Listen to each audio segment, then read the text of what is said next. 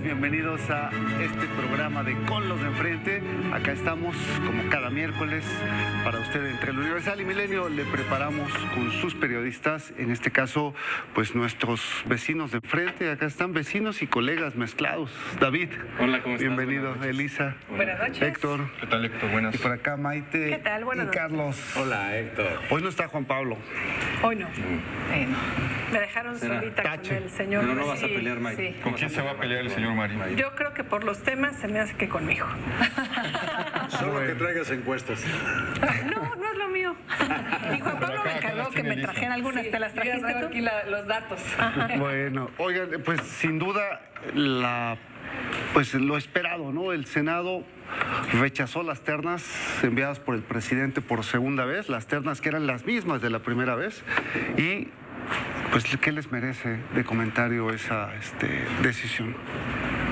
Para la Comisión Reguladora de Energía. Sí, claro. Pues mira, el presidente está en todo su derecho. Estamos de nuevo ante un problema, creo, que se puede ver legal o moralmente. El presidente tiene todo el derecho de haberlas... ¿No ha violado la ley? No, desde luego. Me parece que es una especie de tour de force.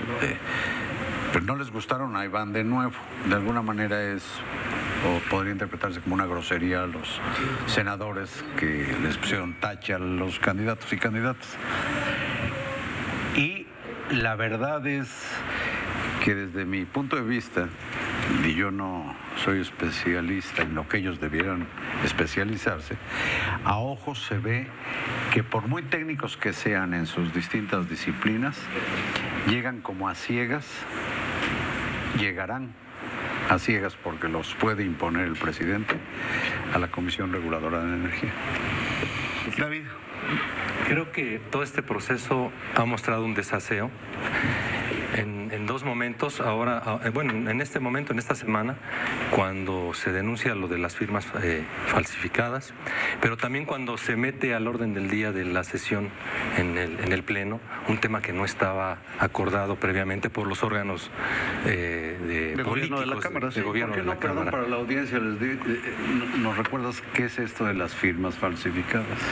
Fue una firma falsificada. Se habla, por lo menos se ven dos que no se parecen. Bueno, ¿no? es la de una El tema senadora que no coincide con otro documento, ¿no?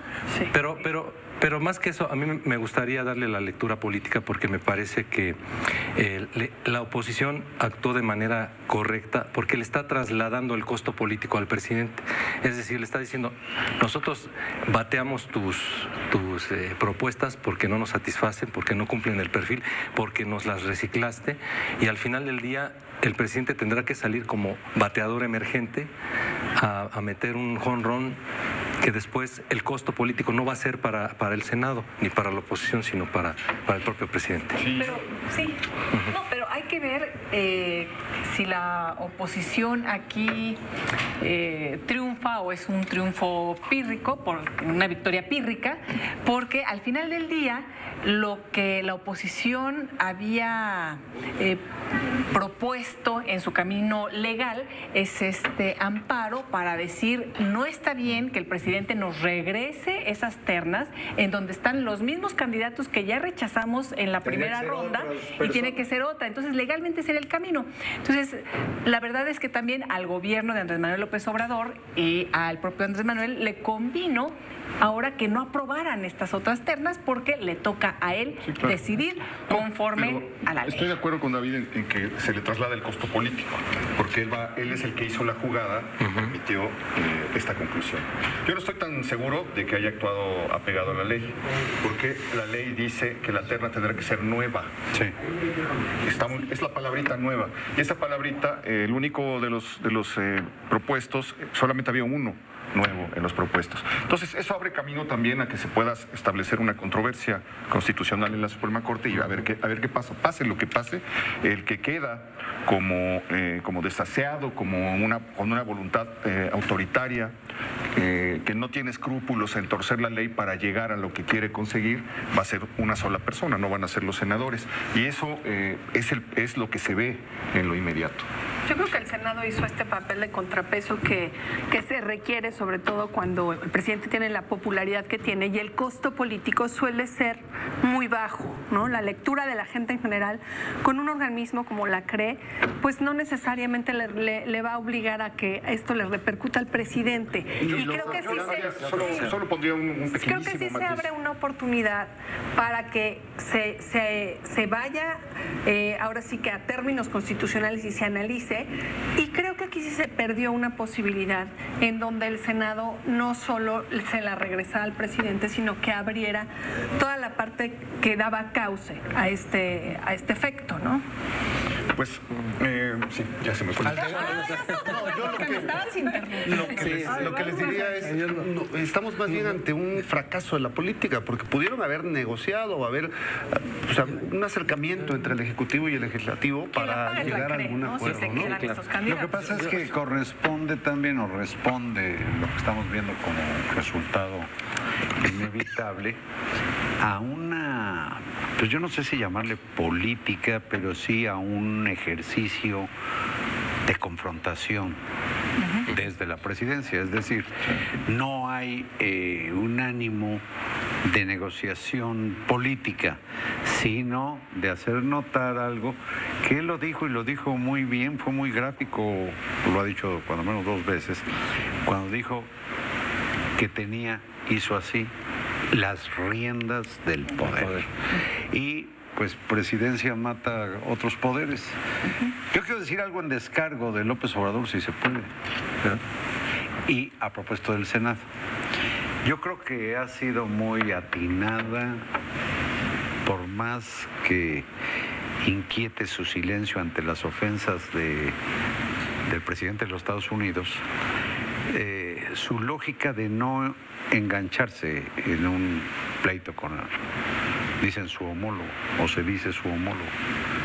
Y creo que el Senado, a propósito de presidente y Senado, hizo muy bien, ya que se encarga de vigilar la política internacional del gobierno, en asumir una posición, y aunque al Senado estadounidense y al gobierno de los Estados Unidos el Senado mexicano no le importe, bueno, pues es una actitud institucional, creo que vigorosa, correcta del Senado, y está muy bien que el Poder Ejecutivo no se enganche en pleitos insensatos y que el Senado sí formalice su protesta. Yo creo que ahí no solamente no se enganchó el Ejecutivo, sí se enganchó, pero a través de la Secretaría de Relaciones Exteriores, porque acordemos que ahorita fue el Senado el que acaba de enviar un comunicado también al senador de los Estados Unidos, pero desde antes, cuando había dicho Andrés Manuel, no me voy a enganchar, fue la Cancillería quien empezó a emitir comunicados y el propio Marcelo Ebrard lo que pasa es que no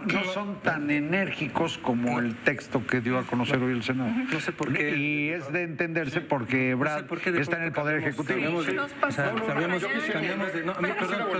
sé por qué cambiamos de pitchers y le gusta mucho el béisbol al presidente.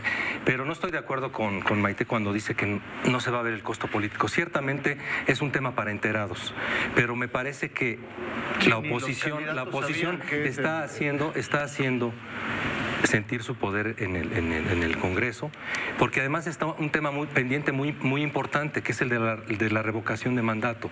Tampoco va si la oposición se mantiene como se mantuvo hoy, la revocación de mandato no va a pasar como la quiere el presidente, no va a estar en la boleta en las elecciones intermedias yo veo del una cosa 2021. Que sí es preocupante, ¿no? Porque tiene que ver con hizo una declaración diciendo que él descansaba cuando el Congreso se iba de vacaciones. vacaciones, ¿no? Que él sentía que había un alivio. Entonces te está diciendo que él no ve al legislativo como un complemento de su tarea, lo ve como un estorbo. Entonces, lo ve como un estorbo. Y también pero no tendría que ser complemento. No, sí, bueno, no un contrapeso, pero como algo que, no, un complemento democrático, algo que es indispensable. Pero no solamente lo ve así, ve también a la CRE como un obstáculo. Por eso manda a estas personas que ya se exhibieron el nivel de las respuestas ante las preguntas que les hicieron los senadores, que generaron escarnio en las redes porque era un nivel de verdad de risa. Entonces, esa es la propuesta, no solamente que manda una vez, es la propuesta que manda 2 veces. Exacto, sí. Que yo creo que es ahí donde el costo, insisto, no va a ser para el general de la población, pero sí podemos evaluar la reacción del Senado, que no es siempre la misma, ¿no? Y que no siempre le regresa a Andrés Manuel lo que ofrece. En el caso de la Suprema Corte de Justicia con la ministra seleccionada, bueno, pues el Senado en general arropó su propuesta y pues supongo que ahí Andrés Manuel no tenía ni siquiera que irse de vacaciones porque los tenía de su lado. En esta ocasión creo que la estrategia del Senado queda poco clara porque quien va a perder es la CRE y quien pierde son los órganos autónomos en términos de los procesos de designación, en donde por lo visto la presidencia, no solo Andrés Manuel sino sus antecesores, aprovechaban estos espacios para colocar lo que el propio Andrés Manuel llamaba pues sus cercanos, sus cuates, sus amistades. Él está reproduciendo este mecanismo y está quitándole el valor técnico a una institución como la CRE, que lo que requiere son expertos y especialistas. Ahora, las reglas del juego no funcionan. O sea, esa forma de seleccionar finalmente ya estamos viendo que no está funcionando, no es la idónea y van a estar los candidatos que Andrés Manuel decida y quiera. La buena, pues, es que pudimos ver y conocer ese nivel de debate gracias a que en vivo y en directo estábamos viendo la transmisión de las comparecencias y yo creo que eso es lo que al final del día va a encarecer la decisión en términos políticos porque no hay más. Vimos ese pleito, no hay cómo defenderlos. Vimos el pleito en la primera, bueno, la exposición de tan básica en la primera comparecencia, ronda. En la segunda, el pleito tremendo y también ya iban preparados, sobre todo en contra de la oposición, pero no un debate de altura sobre los contenidos de la propia CRE. Entonces, y de las labores que tendrán que realizar. Entonces, bueno, la buena es que podemos ver este tipo de debates en vivo y en directo. Ojalá suban de nivel, ¿no? Me gustaría agregar porque hace unas semanas Enrique Berruga escribió un artículo en el Universal recordando la Revolución China con Mao y le llamó los rojos y los expertos. Y los rojos pues son los del partido que tienen que ocupar puestos, pero también están los expertos que tienen que estar donde se requiere una experiencia sobre la temática y lo que está ocurriendo es que están ganando los rojos ahora. Si me permiten, a propósito de Senado, que me hace pensar en el Poder Legislativo y viendo lo que ha ocurrido con esta cosa para mí demencial, que es que viene, por lo visto, una contrarreforma educativa tal y como lo quiere la peor parte del Magisterio Nacional, que representa la coordinadora de la eufemística trabajadores de la educación. La oposición, en el caso de los proyectos de revocación de mandato y de la reforma educativa, sobre todo en el Senado, donde se requieran las 3/4 partes de la votación para que se apruebe una ley, si no se pone muy abusada y titubea, una vez que las deje pasar, confiando en que en apariencia están bien pasadas esas iniciativas, la oposición va a ser demolida cuando la mayoría simple, dominada por Morena, tome decisiones sobre las leyes secundarias. En las leyes secundarias puede ser que no volvamos a ver una oposición como la del Senado, vigorosa. Pero no te preocupes, Carlos, porque la CENTE la CENTE es la que está poniendo los tiempos legislativos. Sí, mientras que la CENTE no esté de acuerdo con la que por cierto han reparado que todos los funcionarios de gobierno juran, y también todos los funcionarios de los 3 poderes, respetar y hacer respetar la Constitución y las leyes que de ella emanan. Bueno, las leyes educativas no se aplican cuando menos desde diciembre, si no es que desde antes. Están suspendidas. Sí. Qué rica Es decir, educación en no este se momento. está cumpliendo la primera responsabilidad de quienes están gobernando. Ahora, nada más para cerrar el tema de la comisión, ¿creen que esto pueda poner en riesgo el futuro de los órganos autónomos, o que sea una manera de controlarlos nada más? Porque inicialmente se habló de la posibilidad de que los desaparecieran ante alguna... Cuatro propuestas del de 7. ¿Qué mayor control? Sí, Sí, no lo está poniendo en riesgo, están siendo demolidas. Sí, él ha hablado, Andrés Manuel López Obrador, que está en contra de este sistema de cuotas de partido y que por ello está renovando de esta manera, pero lo que yo diría es, y mi pregunta entonces, ¿se acaban las cuotas y empiezan los cuates? Bueno, se acaban las cuotas de partido. Exacto. Y estas son las cuotas del presidente. Los cuates. No, bueno. Que siempre ha habido, yo creo que es importante señalar que siempre ha habido Pero ya no iba a haber, intenciones del también hay que Ejecutivo, recordar, claro, es importante pero señalarlo. se hacían unos contrapesos más fuertes en el Legislativo y los procesos de designación, con todo y cuates, tenían personas con mucho más conocimiento técnico, hay que reconocerlo, ¿no? Y a propósito de las entidades autónomas, pues hay que ver lo que es la muerte ya echada, por ejemplo, del Instituto Nacional de Evaluación Educativa. David, nada más para cerrar con este tema, retomaría una figura que utilizó un compañero en la Junta Editorial del Universal, cuando dice: el Senado le dio base por bola a Andrés Manuel López Obrador en este tema y hay que se haga bolas él. Bueno, una peculiar manera de ejercer el poder. De hecho, también está el anuncio que se hizo de Chapultepec, ¿no? Que pues se lo encomendó, ya él dijo, va a ser Gabriel Orozco el que proponga, y nada de un concurso entre urbanistas o arquitectos. Sí, están saliendo es una muchos asignación reportajes ahí y directa. análisis sobre este tema de las licitaciones y las adjudicaciones directas, que no ha cambiado en nada No, a empeoró. lo que sucedía en 75% de las que se han dado han sido de manera Sí, discrecional. no, sí ha cambiado. Eso es peor que ahora es que se haya evidente hecho. que no se licita. Pero a mí me parece que el proyecto, como suelen ser pues todas las ideas de gobierno en general, el proyecto de Chapultepec, dicho sea de paso, como del Tren Maya o de una refinería donde no tiene sentido como es Dos Bocas, pues dice uno, pues bien, obras son amores, no buenas razones.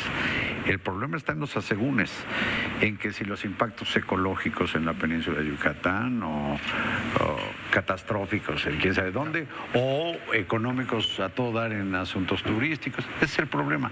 Lo de Chapultepec a mí me da mucho gusto porque se preserva un área cada vez mayor, que ya de por sí las 3 secciones de Chapultepec son mayores o más grandes que Central Park, y ahora va a caber 2 o 3 veces Central Park ahí. Bueno, ¿les parece si abordamos otro de los temas del que ha sido imposible sustraerse en los últimos días, ¿no? Ha sido un vendaval de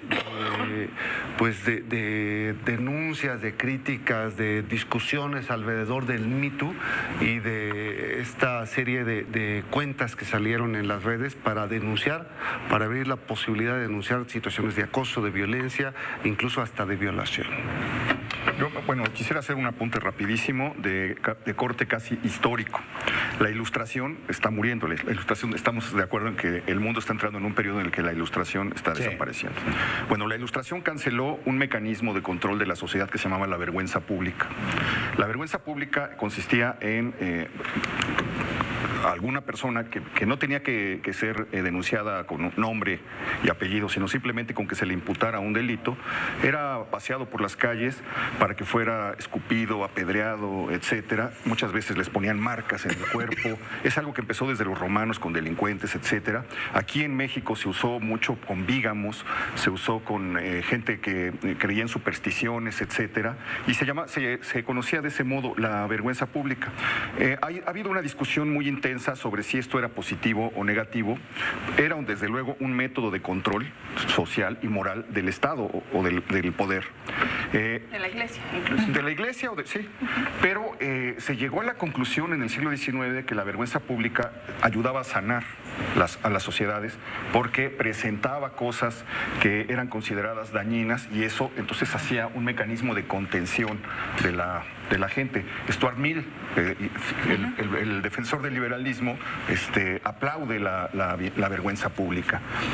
Lo que yo veo aquí es que por primera vez sale de arriba para hacerse de una manera transversal. Es la primera vez que no es el Estado el que la está ejerciendo, sino que es la propia sociedad la que establece lo que debe ser penado o no. El problema es que se hace de una manera, en un momento en el que el odio está muy a flor de piel en México, en el que la irracionalidad y las cosas ocultas, las pasiones ocultas están emergiendo todo el tiempo y eso lo convierte en una avalancha peligrosísima que por lo menos le ha costado ya la vida a una persona. Pero yo no creo que eso sea lo malo, el hecho de que pues ahora existe esta polarización. Yo creo que lo malo es esa exhibición de vergüenza pública y yo sigo creyendo en el Estado de Derecho por muy socavado que esté, por fracasado. Y ahorita, en este caso, yo veo un fracaso del Estado de Derecho por donde se le vea. Por una parte, las mujeres no han encontrado los mecanismos institucionales para denunciar, para ir a la Procuraduría, para ir a un Ministerio Público y no las revictimicen, no las señalen. Porque las instituciones tampoco porque las propias instituciones las han orillado a buscar nuevas maneras de poder expresar lo que les ha pasado y por eso surgen este tipo de movimientos como Me Too. Pero por otro lado, también es un fracaso el Estado de Derecho el socavar totalmente el principio de presunción de inocencia. Entonces yo creo que este fracaso del Estado de Derecho tiene que ser reconstruido también desde ahí. Maite. Bueno, yo creo que primero habrá que reconocer lo que este movimiento sí aporta con todas las carencias que tiene siendo un movimiento incipiente y siendo un movimiento articulado desde las redes sociales, en donde pues el anonimato sabemos que es una de las prioridades porque pese a que la gente a veces pone su perfil, se maneja este tipo de denuncias.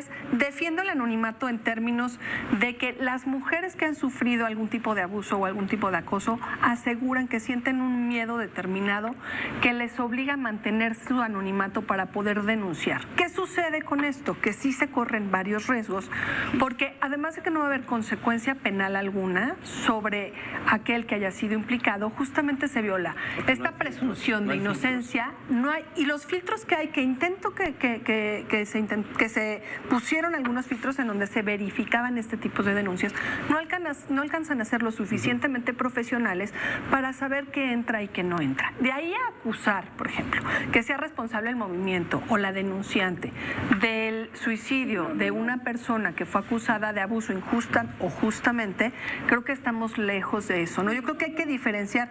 Alguien estaba pasando por un proceso depresivo, lo mismo pudo haber pasado a muchas de las víctimas de abuso o de acoso, no sabemos. Solamente sabemos que hay una persona que se quitó la vida. Exacto. Y que está relacionado con esto. Eso es todo lo que hay que decir. Eso es todo lo que hay que decir. Y que las razones, pero creo que tendremos que diferenciar. Y que llegó a las portadas de los periódicos justamente por ese hecho. Milenio le hizo una entrevista días antes. Ahí están. En donde y en muchas portadas, no solamente en la de Milenio y el Universal. Pero yo creo que... Pero deja que termine porque estaba hablando de Milenio. No, a lo que yo voy es... Sí creo que tenemos que resaltar que si alguien ha logrado visibilizar el abuso y el acoso, ha sido este movimiento y que sí ha cometido fallas y que tiene que ser autocrítico para revisar cómo articular esta verificación y si son las redes sociales el espacio de la vergüenza pública. Y creo que también tiene que ver, y sí nos ha abierto los ojos sobre qué clase de medidas, qué protocolos debemos establecer en las empresas. En este caso nos tocó a nosotros en los medios. ¿Quiénes se deben de encargar de recibir las denuncias? Y las denuncias son, me parece que deberían ser confidenciales, no anónimas, pero generar también un ambiente de confianza y un ambiente limpio de trabajo en nuestras redacciones. Yo estoy en absoluto desacuerdo. Es decir, ¿por qué tendría un medio que tener una especie de... Estoy hablando de las empresas Ministerio Público, o las empresas del Ministerio Público paralelo al Ministerio Público.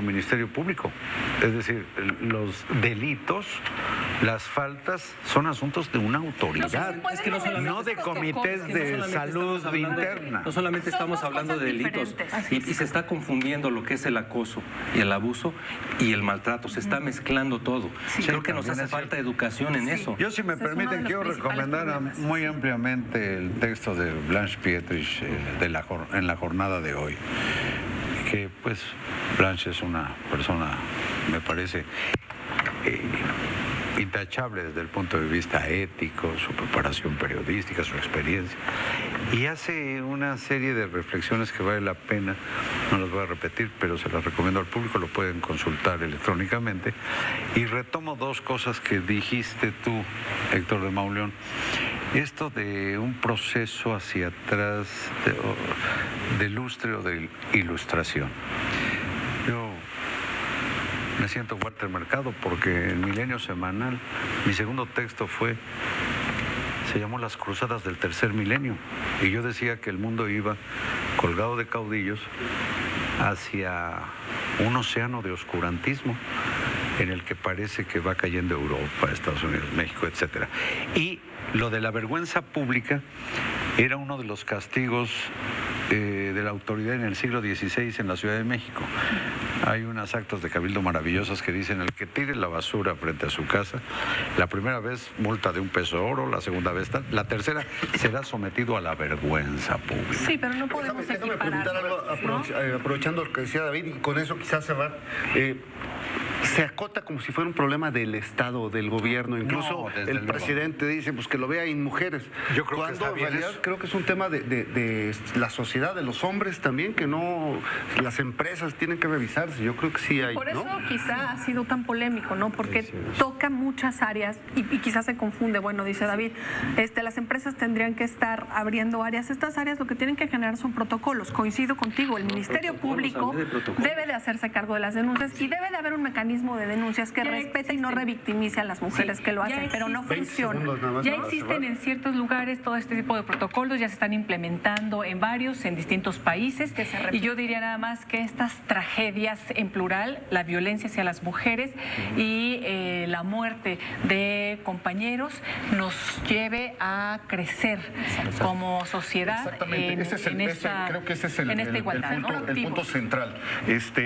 No tomar la crítica como una agresión y sobre todo y tratar de llevar la razón a donde no la hay, porque acabamos de ver el día más triste de Twitter, un día en el que la PUS salió a dar lecciones, eso pasó antier, es horrible lo que se dijo de un lado y del otro, es algo que creo que tenemos que superar. Bueno, yo nada más cerraría insistiendo en que es bueno que se abra este debate, es bueno que se hagan cosas y es bueno que nos eduquemos de una buena vez sobre este tema. Pues con eso nos quedamos. Gracias, vecinos, colegas, y nos vemos la próxima semana. Gracias a usted. Enseguida viene mi compañero Alejandro Domínguez. Ya me iba a quedar yo con que Azucena, pero no. Ella viene hasta las 22 horas.